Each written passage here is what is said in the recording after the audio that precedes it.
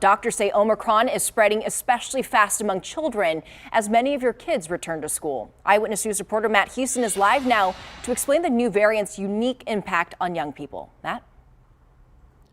Yeah, Sharon, Omicron is sending more children to the hospital. In fact, Texas is rapidly approaching record highs for pediatric hospitalizations. And yet, two doctors from San Antonio's two children's hospitals tell me there's actually some reason for hope in these numbers. 24 children in our area needed a hospital to fight COVID-19 on New Year's Eve. Only 8 days during this pandemic have been worse. The numbers for kids are as bad as they've been since Delta's peak. But doctors say the big picture is rosier. Right now we have 10 kids in the hospital at Methodist for COVID, but there's none on the ventilator and there's none on ECMO, right, which is a huge distinction from what we had previously. Methodist Dr. Kelly Smith says children are uniquely affected by Omicron because most are not vaccinated.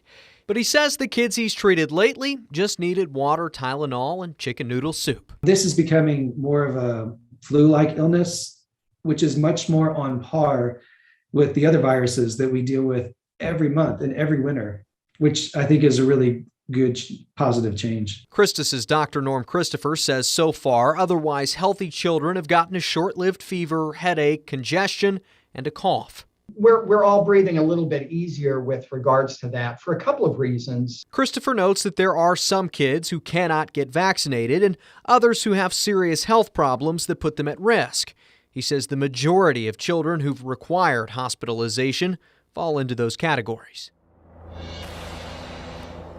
Tonight, there are 19 kids in San Antonio area hospitals with COVID-19. Compare that to almost 500 adults. Each doctor shared some cautious optimism that Omicron might spell the beginning of the end of this pandemic, at least as we know it, with all its disruptions and complications. They said you can help speed that process along by getting your kids vaccinated.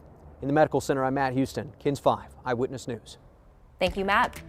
In Houston, the state's largest children's hospital says it's treating more kids for COVID-19 than ever before. Tonight, there are 70 children with the coronavirus hospitalized at Texas Children's, up from 30 a week ago. More than 1/3 of these patients are younger than 5 years old.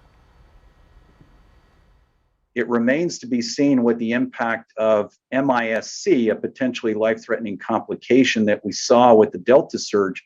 We still need to see how that may unfold in the weeks ahead, and we still need to see what the impact of Omicron may be on patients in terms of long COVID. At least one child in Houston has both COVID-19 and the flu. That child is not hospitalized.